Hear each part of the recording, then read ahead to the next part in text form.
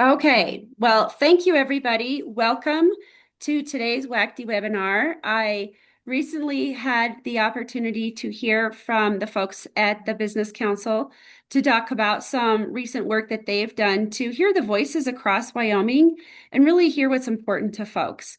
And really talking about thank you for the slides already, Sarah. Building resilient communities and what that means for the state and the work that the Business Council is doing. And so I thought this audience, the folks across the trustees at the 8 colleges and other college staff might be interested. And so you can already see Josh Jarrell was not able to be with us today. And so he's trusted his number two, Sarah Fitzgerald, who is always a fantastic speaker to come in. I've just asked her to maybe be a little funnier than Josh usually is. And so we're going to give him a hard time, even though he's not here. But Sarah, thank you for joining us. I really appreciate that. We'll let her take over, and then I'll try and watch the chat, and then folks will have an opportunity to ask questions uh, later on. So thank you. Sarah, go ahead and take it away. Thanks, Erin. Well, thank you guys. It's a huge pleasure to be here. I'm kind of glad that Josh wasn't able to join because I'm excited to see some names that I recognize and just excited to have a good conversation with you all. As Erin mentioned, my name is Sarah Fitzgerald. I'm the Chief Strategy Officer at the Wyoming Business Council. Um, I grew up in Wyoming. I'm actually a fourth generation Wyomingite. I on both sides. So like here's the first joke. You can see if it's funnier than Josh or not. I may or may not be inbred. Like hopefully my mom and dad are not related to each other, but they're both third generation Wyomingites. Um, but all that to say is that I love Wyoming. My roots go really deep here. But like most people who grow up in Wyoming, I had to leave. I grew up here. I went to the University of Wyoming.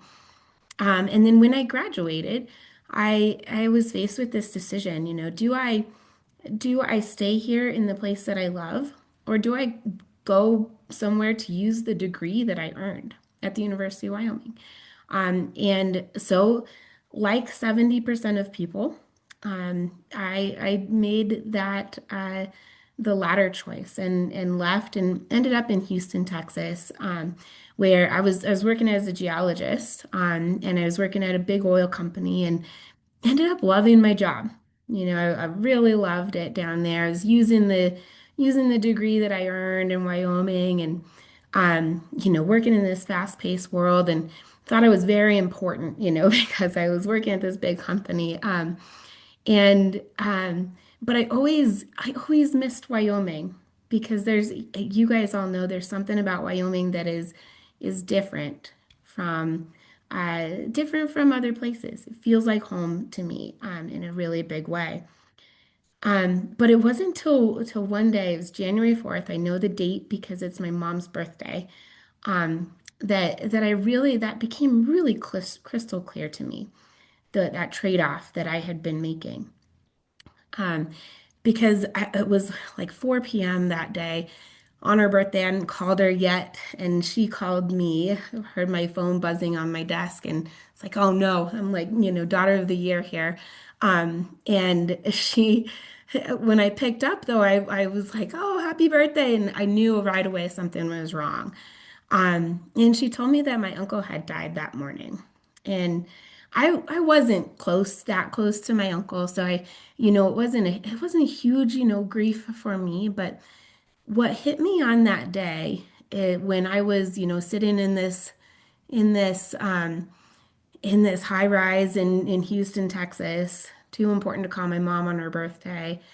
She reminded me with that news how short life is because my uncle, he reminds me of my dad. He was the same age. He told dad jokes just like our beloved Josh Durrell, just like my dad. Um, and and I just realized, you know what? Like life is too short, and maybe I'm missing what really counts here. And so that day I decided I'm gonna make my way back to Wyoming. And it was really hard. As probably a lot of you know, there's it's hard to find a job that fulfills your potential in Wyoming, especially especially for folks who might have made that venture elsewhere already. But I did it, and I made it back to the Business Council, and now I feel really privileged to be able to work on that problem. I get to make it. I get to work on making Wyoming a place where young people don't have to make that choice. They don't have to choose between do I stay in the place I call home and I love, or do I move away to pursue my ambition? We want to make Wyoming a place where anybody's ambition can fit here.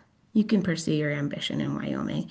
And I'm just really privileged to be able to serve the state in the capacity that I'm able to. Um, but today, I want to talk to you about, as Aaron mentioned, we we have been doing a presentation that we like to call myth busting presentation. We are going around the state busting a few myths because we found that there are a lot of myths. And I won't make you raise your hand, but maybe just think to yourself, have you ever heard somebody say, or have you said before, like, yeah, but people they just don't want Wyoming to grow. They don't want Wyoming to get any bigger. They don't want Wyoming to turn into Fort Collins or turn into California or pick your favorite hated spot. All of us, right? Like we've all said they don't want us to do that. Um, and we realized, like, we run into a lot of people who are saying, well, not me. I want growth for Wyoming. I want growth for my kids. But those guys, they don't want Wyoming to grow. And so we did this poll because we were like, we need to figure out who these people are. Like who are these people who don't want Wyoming to grow? Are they in pockets? Are they everywhere? Is it 5%? Is it 95%? Because it often feels like it's close to 95%. And we were expecting to find a large majority of people who maybe were really on the fence about growing Wyoming's economy, growing Wyoming's population. But really and we wanted to kind of understand the demographics of that and try to understand like which communities might be willing to grow and things like that. And we were really surprised by our results. So that's what I'll be sharing with you guys today. Feel free to pop in with questions if you've got them as we go along. The first myth that we hear all the time is that Wyoming's economy is doing just fine. Um, we often talk about Wyoming's economy in decline and at the Wyoming Business Council. And that to some people comes as a surprise. Because depending on where you're at, you might not be experiencing the things that come along with economic decline. But the truth is that yes, Wyoming's economy is in long-term decline. This chart shows real GDP per capita by state. Wyoming is shown in the orange line there, and our neighboring states are in blue. All the rest of the states in the US are in gray. If you look at the trends there, most of those trends go up over time. That's what you want in an economy. You want a steady rise upward in GDP per capita. If you look at the US economy, that's what that looks like too. Wyoming's economy looks a little bit different. Wyoming's economy hit a high point in 2008 and then started trending downward. We're a little bit flat right now. We've gotten a little bit of uptick just coming out of COVID in really recent years, but overall, we are in long-term decline. Now, GDP can be, you know, I don't know about you, but I have a degree in economics and I don't think about GDP all that often. And so let's talk about things that really matter more to us. So employment, that's just the number of jobs in Wyoming is flat, whereas in other states, employment is growing. Again, an indicator of a healthy economy is a steady rise over time in the number of jobs that are in that economy. Maybe even more painful, though, is the chart on the right. Wages are shrinking in Wyoming. And I don't know about you guys, but I know that when I go to the grocery store these days, things are very expensive. And what doesn't help that is that our median wages in Wyoming are decreasing. In other places like Washington and Iowa and Colorado and Utah, wages are growing along with prices. But we're not keeping up with that in Wyoming. The other thing I always like to look at is population and demographics. So you guys know probably that our population is increasing in Wyoming. And that's shown with this blue line in the chart on the left there. But what we're also seeing is that the number of workers since the 2010 time frame has been shrinking slowly over time. It's pretty flat right now, again, just kind of like GDP, but in the long term, we're declining in the number of workers in Wyoming. And all of this kind of wrapped up leads to the thing that I care most about because I was affected by it, and you heard that in my story.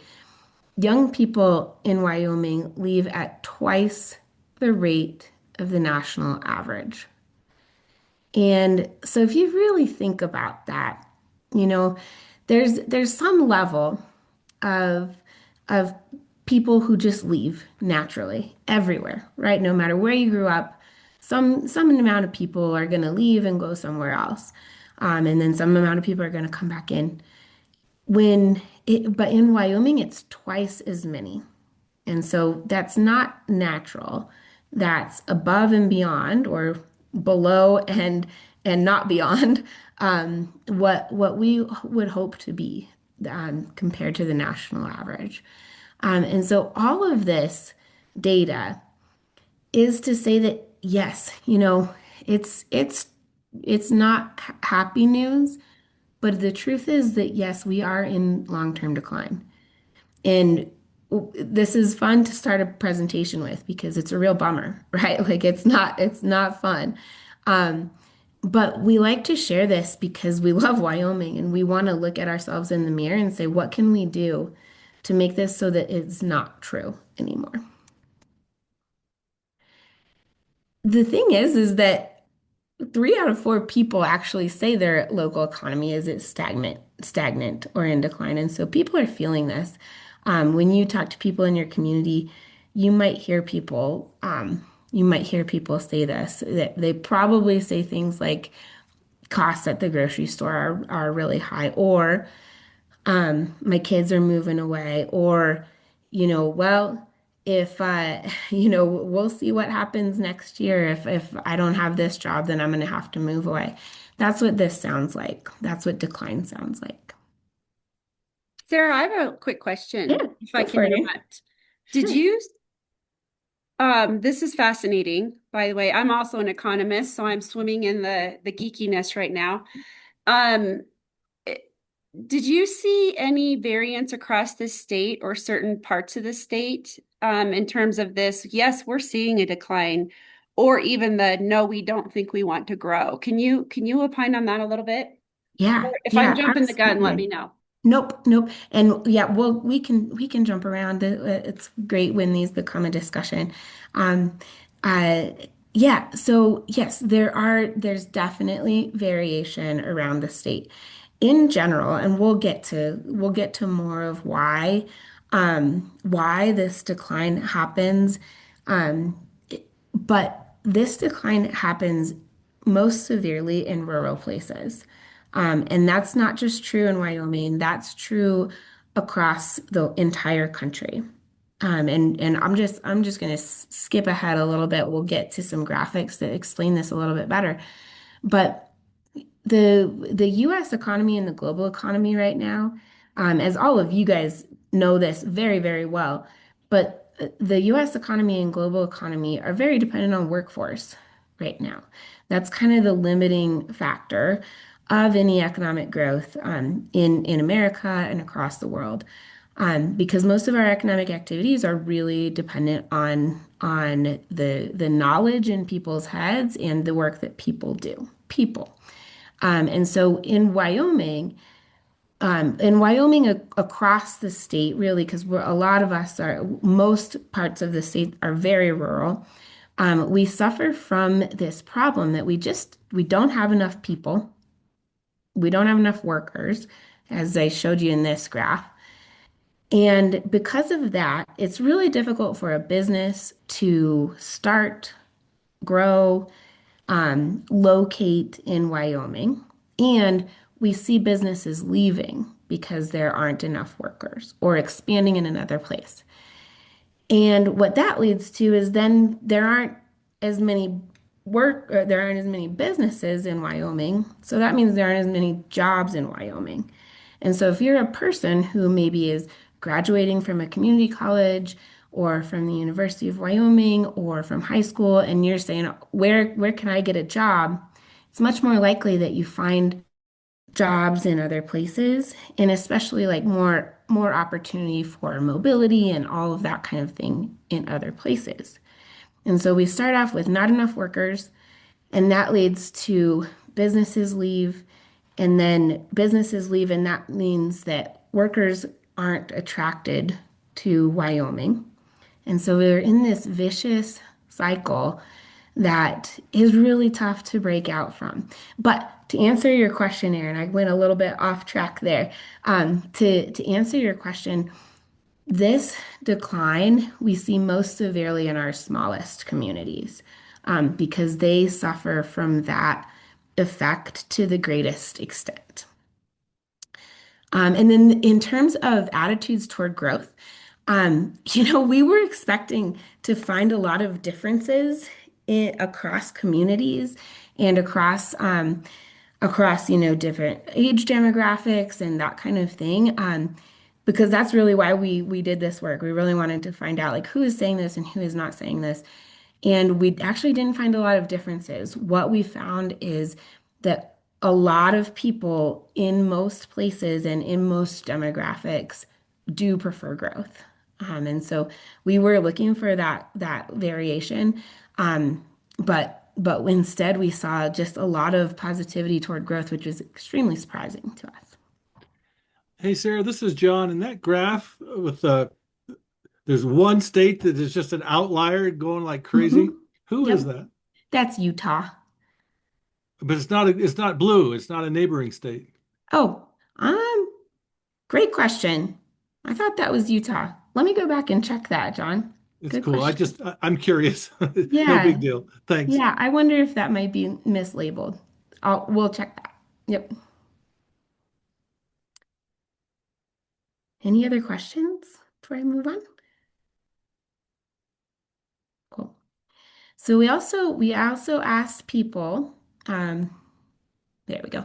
We also asked people to share with us the biggest concerns that they have that they see in their economy.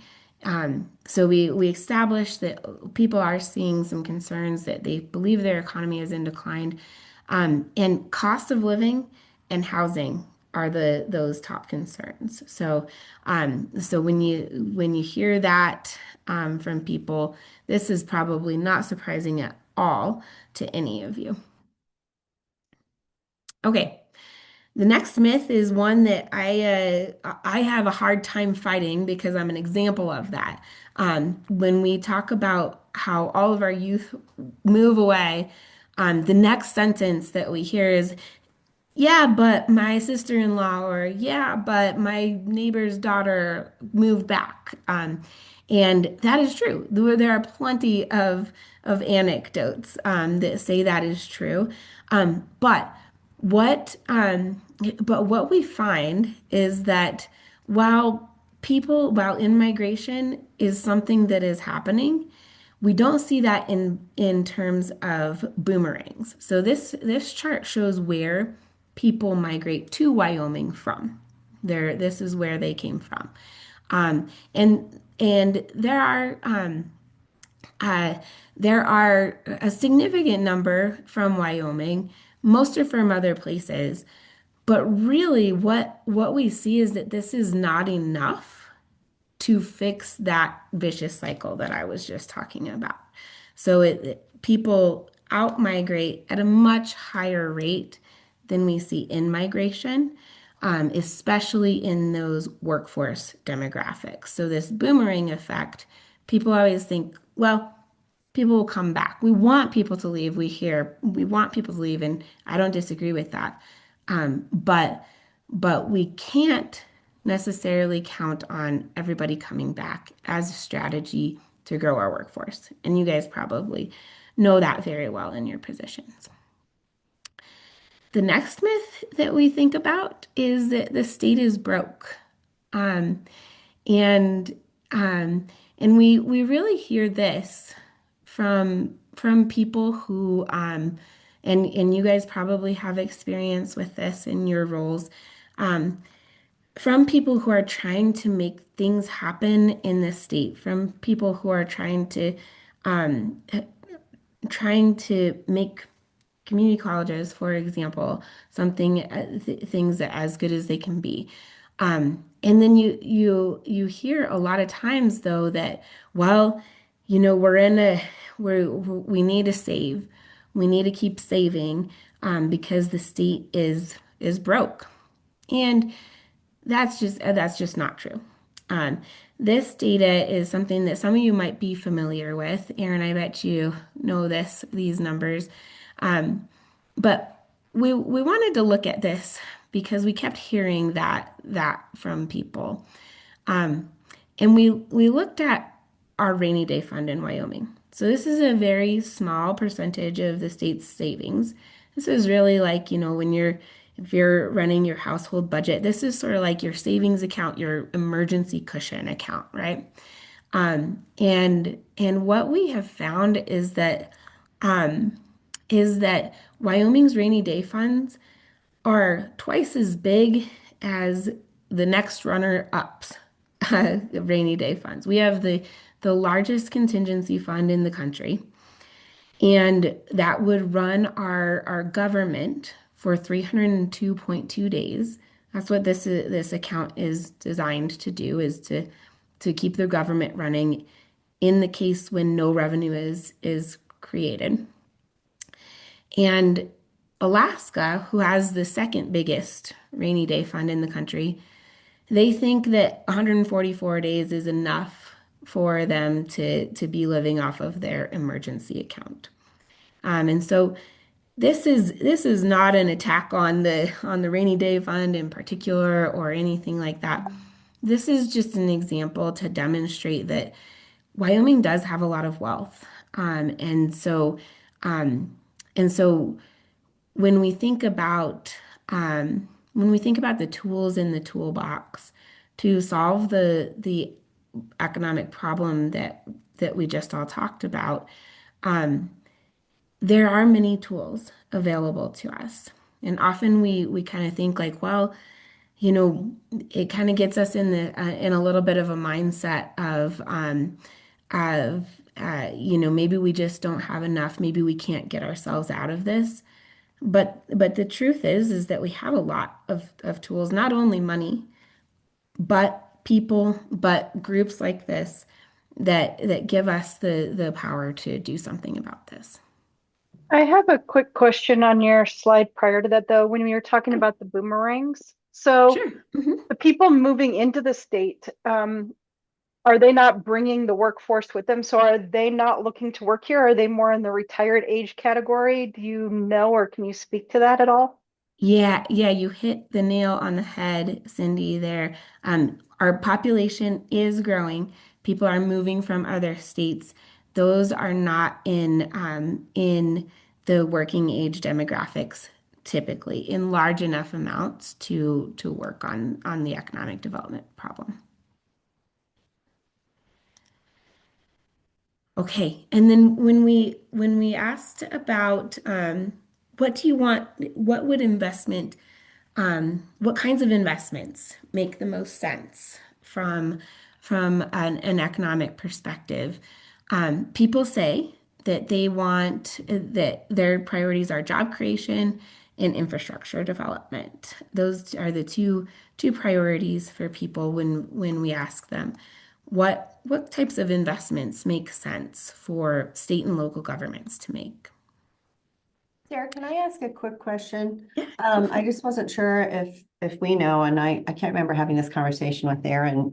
When you were talking about the days of cash on hand, reserve levels, is there any sort of a philosophy that we're aware of or a strategy that the state has established? Like you made the comment about Alaska saying they feel like 144 days is adequate. I don't know if that's an actual statement of fact or where they stand. Do you know if we have anything like that? Because we're really good about wanting to save, but is it based on a goal? Is it based on, we want to have so many days, or we're trying to replace a certain percentage of our funds? We had a banner year for investments right now, and we know that's a very volatile thing. But, when you think about trying to make an argument as to your point on this, the last slide, now is a good time to start to think about investing in infrastructure because it's a huge barrier for people to come into businesses in small communities that their land is not ready to go. There's no plumbing, there's no water, there's, no electricity, whatever. If you want to try to turn that tide, is there anything that says, well, we're at that goal or there is no goal, so why isn't there a goal or something like that? Do you know what those kind of conversations happen? Yeah. So Lisa, I can't speak to that directly. I'm not the person who decides that. But in the conversations that I've had around this, it's less about a specific goal and it's more about sort of um, planning for the day that we know will come because of the mindset that we know we're in this sort of like boom bust cycle. And so we know that our strategy is to save because the next day is going to be rainier than today. And so I haven't heard a specific goal, Lisa, but don't quote me on that because like I said, it's not my responsibility to manage those funds and our investments are wildly successful at this point too. So Yeah. I might Yeah. add to that a little bit. I don't know if also have the magic answer. I have heard whether it was budget staff or appropriators say, it would be ideal to have a couple of biennium in terms of spending in that account. Trying to turn However, things around. yeah, I think it is largely viewed, like Sarah said, in that to stabilize the variability and the volatility that we have in our economy. So it's not like maybe a Utah, even though they're growing, they probably look at it like a household might as, emergency spending. And yes, we have that, but for us, it also serves that dual purpose to offset the volatility. Yeah. Yeah. Well, thank you. I appreciate that. I just wasn't sure if there was, I've never heard of it, that there was something specific. So I think it would be helpful if people understood why we were doing it, other than just always the unknown and the day when, we have to always prepare for. Yeah. I've heard more goals that have been set for the Permanent Mineral Trust Fund. Back in the day it was 4 billion by 4 by 10, so by 2010. And now I think that goal is, Harshman makes buttons for it even that he wears around the Capitol.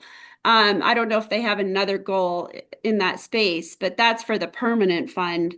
But look at, if you heard the Craig report in October, we are enjoying the largest percentage of interest earned from the permanent mineral trust fund than ever in history.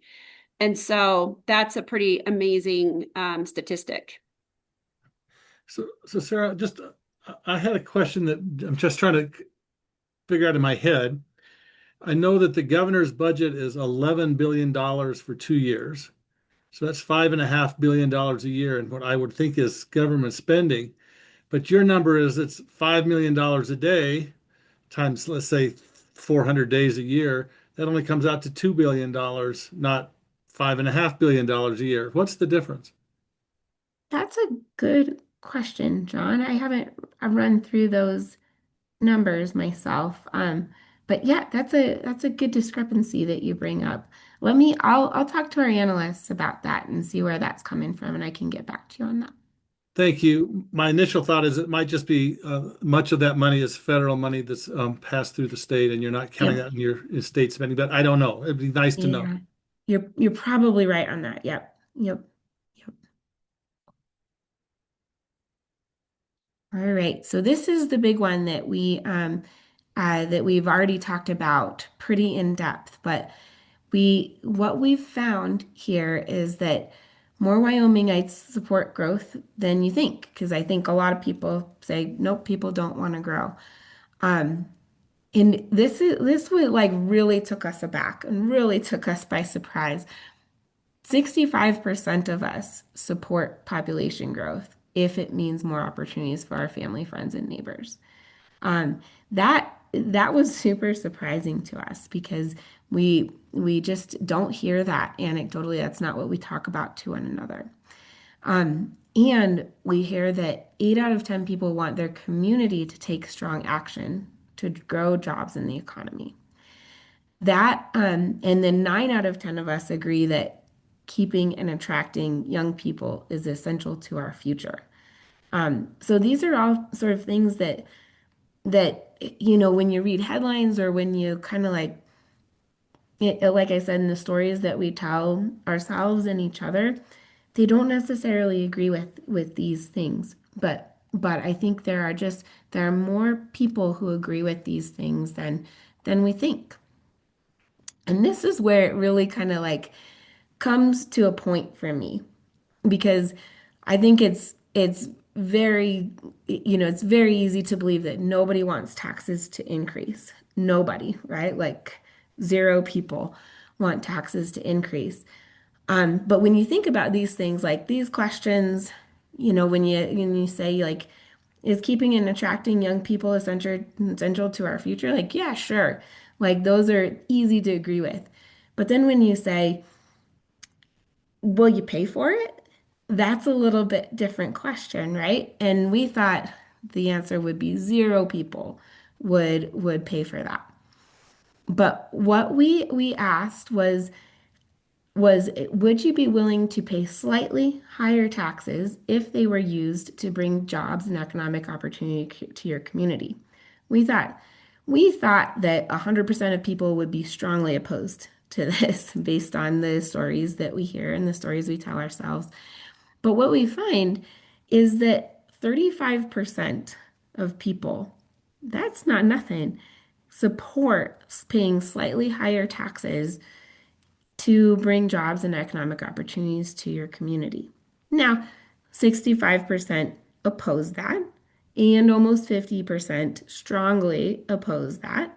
But this was surprising to us because if you're at 35%, like you're darn near 50% at that point in time. And so that was really enlightening to us to not only get uh, not only get results that show us that people, yes, want population growth, but B, that they'd be willing to pay for this to happen in their community.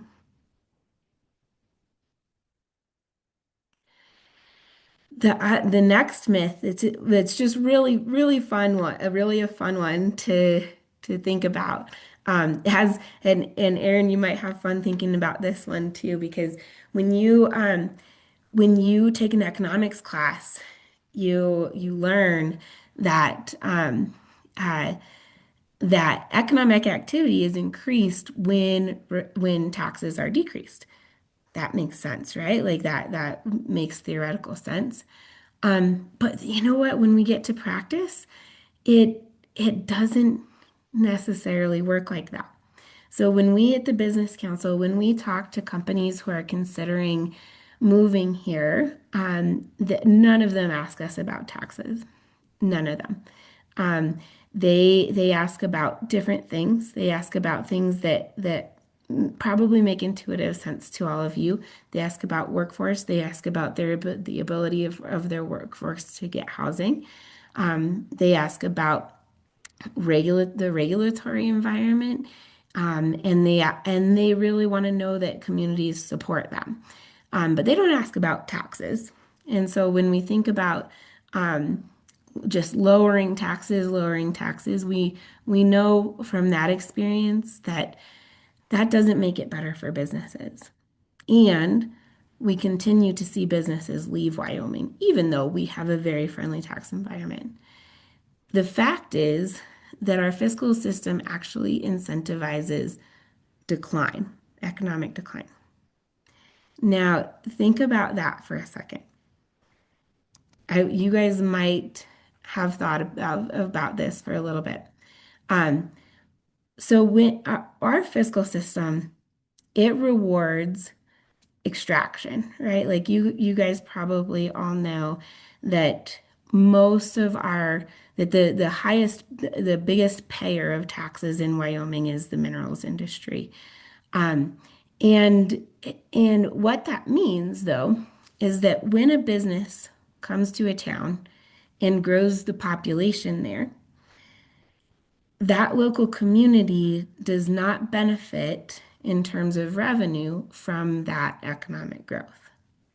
What happens then is that their costs increase because their population increases, but their revenue does not increase in a very meaningful way because so much of our revenue is made up from the minerals industry. And so what that means is that those that cost and benefit for a local leader of bringing in a company, like yes, it does the good things that we all know are good. It brings jobs and opportunity for the people in your community. But gosh, it makes your job a whole lot harder. And so it really it uh the incentives structure um that our fiscal system creates really works to disincentivize growth. The other thing that we often hear is that, well, if you do that, you'll just create more problems. We shouldn't do anything because it will just create more problems. And that is true. That is true. When you solve a problem, it always creates more problems. And that's okay too, because perfect solutions don't exist. But we can't solve any problems if we just say, well, if we're too afraid to create new problems. One example of this that I think is just it's a really good one. When when the Hathaway Scholarship was created, it's such an elegant solution to a problem that we had at that time, which was we weren't producing enough graduates in Wyoming, and we didn't see enough educated workforce in Wyoming. We were experiencing that problem, and the Hathaway Scholarship presented a solution to that problem, and I think we've seen that has been working in the way it was intended to. But it also highlighted another problem, which is that when we create more educated workforce in Wyoming, they end up leaving. And so that by solving that problem of we don't have enough educated workforce in Wyoming, we uncovered the next problem, which is we don't have jobs for that educated workforce to the extent we need to create the economic um, benefits that we hope to gain from the Hathaway Scholarship. And so we at the Business Council we use this methodology to continuously solve the problems. We call it the flywheel.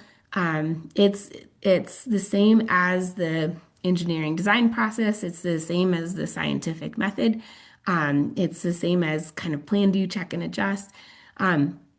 But this way of solving problems is how we really look at the world and how we and how we sort of get over our fear of creating more problems because we know that we will create more problems. The next myth is that we have time to fix it, and I hear people say I don't hear people say well we have time. I hear people say well we'll see. well, we'll see what happens next year, and and um, and that really leads to this myth that we have time to fix it. Now, I talked through this dynamic of the vicious cycle that we see between not enough workers and not enough jobs in Wyoming, and how that is opposite in cities. And the effect of these two dynamics with each other is that all our jobs and all our workers have this strong magnet pulling them to cities outside Wyoming. Um, and and it's good to kind of like think about this in theory, but I want to highlight that this is happening, and we see evidence of this happening in a really tangible way too. In small communities, what this looks like is, the last business closes. Um, there's a small community up near Sheridan where their convenience store, that was the only business left in town. It closed a few months ago. That's what happens at the end of this cycle. But you see evidence for this in bigger cities too. You see that Taco John's headquarters recently left Cheyenne, and that was in part because the just number of restaurants, number of Taco John's restaurants was bigger in another place. Guess why that's true? Because there's more people in that place, and there are more workers for Taco John's to hire at their headquarters in Minneapolis as well. So you see evidence of this happening in every community in Wyoming. And that all of that added up results in that GDP decline. And I think what is really interesting here is that when we ask people what needs to change, we hear people saying, yeah, a lot of things need to change. Job opportunities need to change. More available housing. 35% of people say that we need more available housing. 31% of people say we need more job opportunities, and 27% of people say we need infrastructure improvements. The next myth is that nobody knows what to do. So you might say, Sarah, well, this is really, this is really lightening my mood on this pretty like dreary day already, and sun goes down so soon. Can you please like tell me something good? Um, and and the reason you might say that is because, well, what do we do about this, right? And it can be really difficult because I'm talking about this chicken and egg cycle, and what do you do because you're going to create more problems? Well, we do know some things. So what we know is we know we need interventions that are big enough to break this cycle. We know that what the Business Council and the state as a whole has done so far has not been able to break this vicious cycle, because when when a project or a company moves to Wyoming, usually they might bring 50 to, like, the maximum number of jobs is like 200 jobs. And that just gets swallowed up in this dynamic, because this dynamic is much stronger than any one individual project can change. And so we know we need interventions that are bigger than what we are doing right now. And we also hear in our poll that people want local government and the private sector to lead economic growth. And one thing that we have been working on with local government and private sector is something that is called Wyoming Labs. I won't get into a lot of detail here, but the idea here is to create a place that creates not a couple hundred jobs, but somewhere between 1,000 and 4,000 jobs in a community in Wyoming. That's what's needed to break this vicious cycle. And like I said, I won't get into the details of the specific Wyoming Labs proposal. There are other ways to do this, but what's needed is an intervention that creates a much bigger, a much uh, uh, a much larger scale number of jobs than we ever have before. And so you know what? I'm gonna stop right there. Just being cognizant of time, we've got 12 minutes left. I want to see if there are any questions up to this point.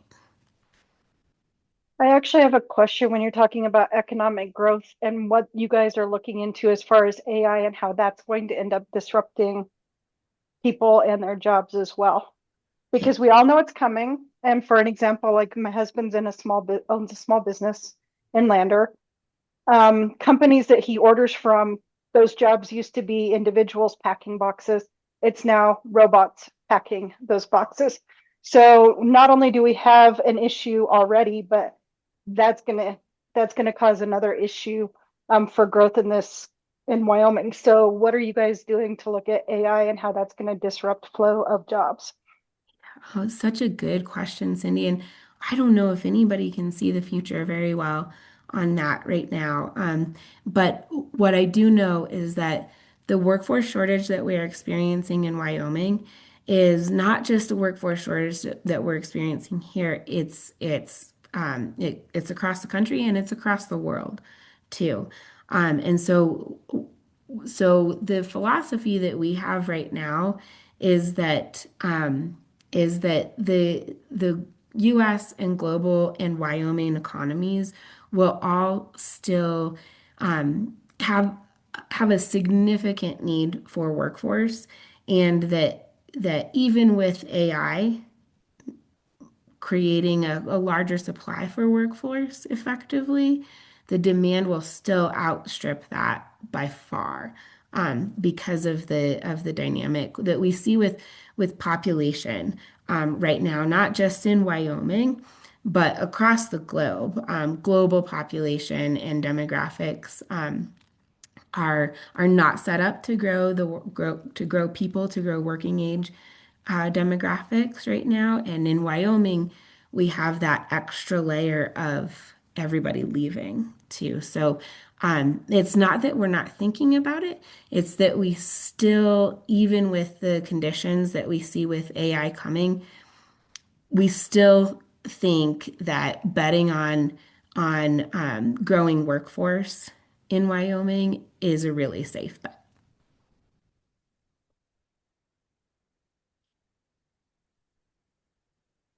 I have a question, Sarah. I got to see this, what was it, at the Wyoming Business Alliance, the Economic Yeah. Governors Forum Mhm. in Laramie. I assume you've been delivering this all across the state. What have been the reactions of folks as you deliver this? And are there audiences that you wish you could still yet get in front of? Oh, really good question, Erin.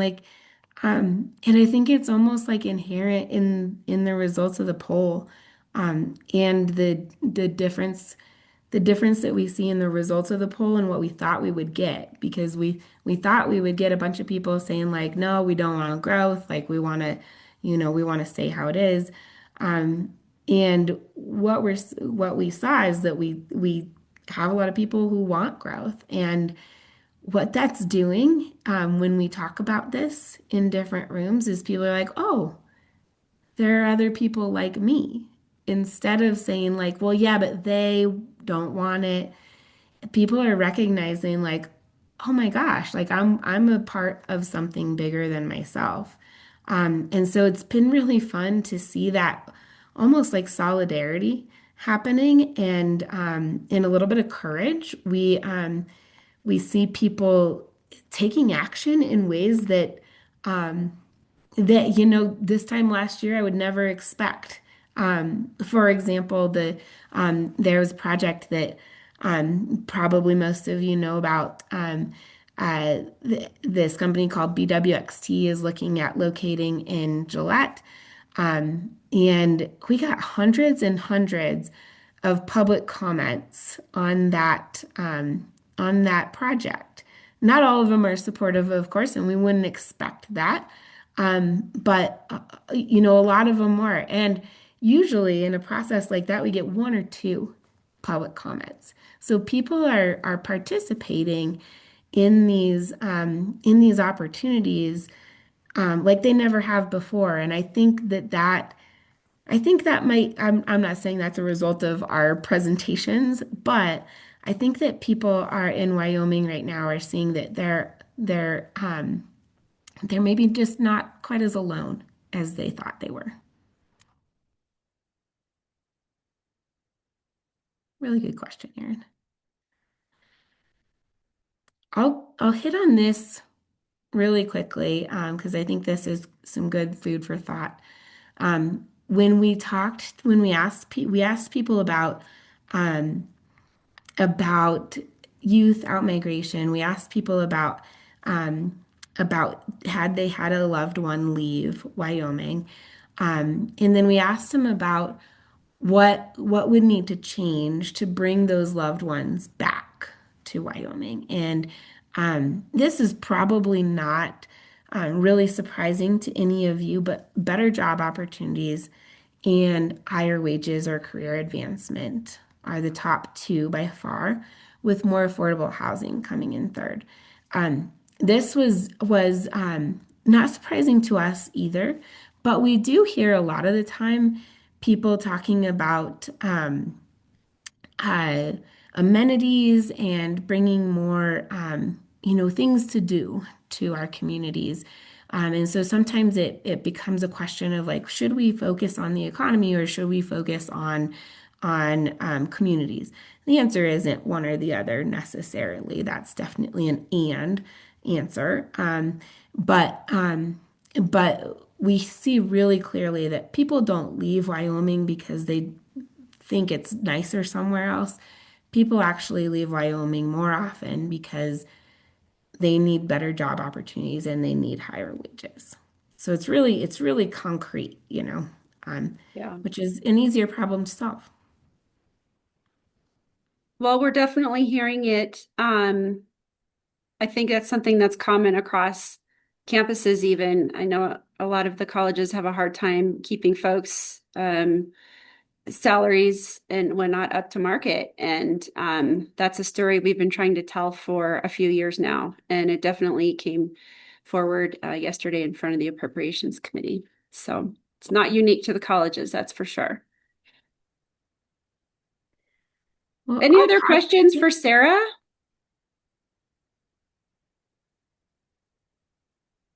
I was just going to say thank you, Sarah. I was at the Governor's Business Forum too, and maybe it's just that old saying that says you need to hear something 3 times before you hear it. Communicate 3 times. But I appreciate the extra slides, and I thought there was really some interesting points brought up. So thanks for coming and visiting with us. What are you all thinking about? As Aaron mentioned, JC happened, the hearing that happened Survival. yesterday, and yeah, how might we be able to help you all? That's a really good question. I think we all share this. Just speak up and then anyone else feel free to join in. I think it's how can you really advocate with data the value of investing in Wyoming and not just saving every dollar we have, whether it is for education or sewers or anything like that. We just had a budget managers meeting this morning, and I had to laugh because my finance director, who was born and raised in Lovell, chose to come back and raise his family here. And thank God for that, because he's a CPA and, really strong finance guy, but took me 2.5 years to hire him, trying to have a conversation about like the property tax issue and all this other stuff.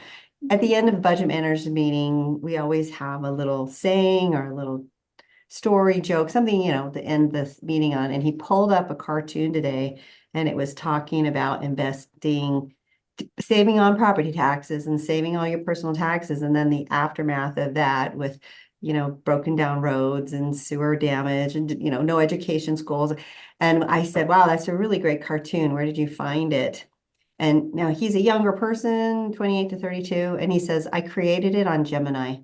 Yeah. And I said, Mm. well, you need to sign it in a scribble sign so nobody can read your writing, and you need to send it to the paper because Yeah, it's great. literally. It's really, really good. And I think that's that fear that, we can't change anything. We can't, at what point in time do we invest? That's why I made the comment about what is our strategy on saving? I mean, Mhm. what are we trying to get at that people, our citizens agree with? Because Yeah. I don't think it's out there. Yeah. Yeah. Well, like I said, Lisa, I don't know.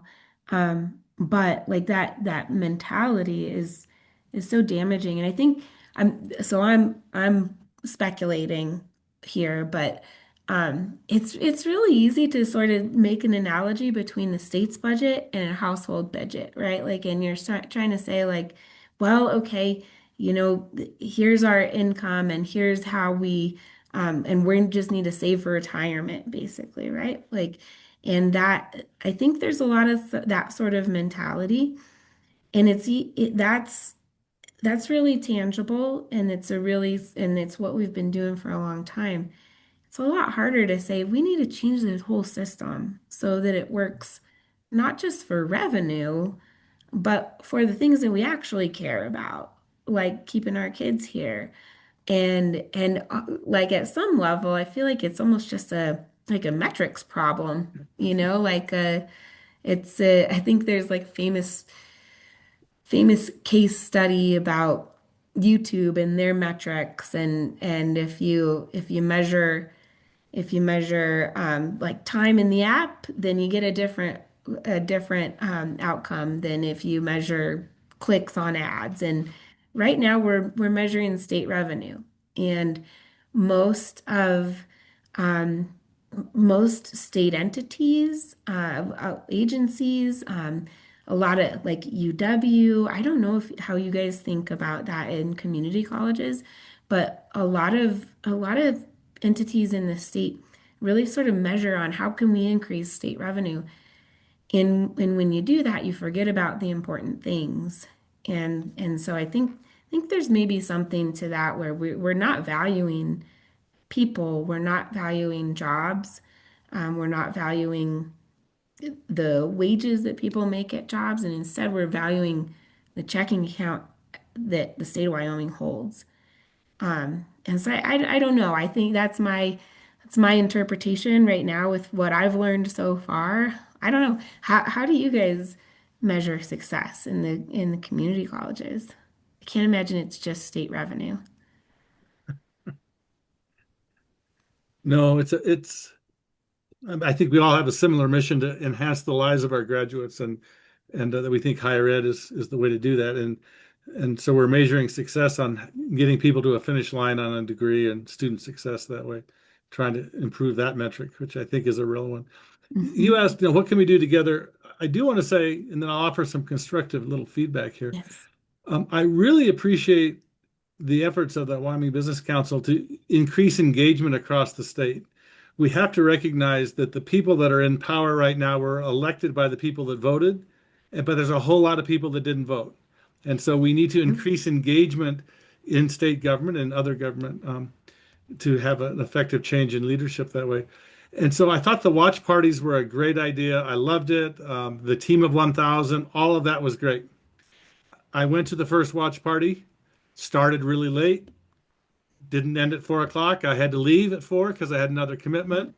The entire substantive time was watching a recording of what happened in the legislature. I know you didn't control Mhm. that because the Joint Appropriations Committee didn't want 1,000 people watching them, I Yep. suspect. So they moved your agenda up.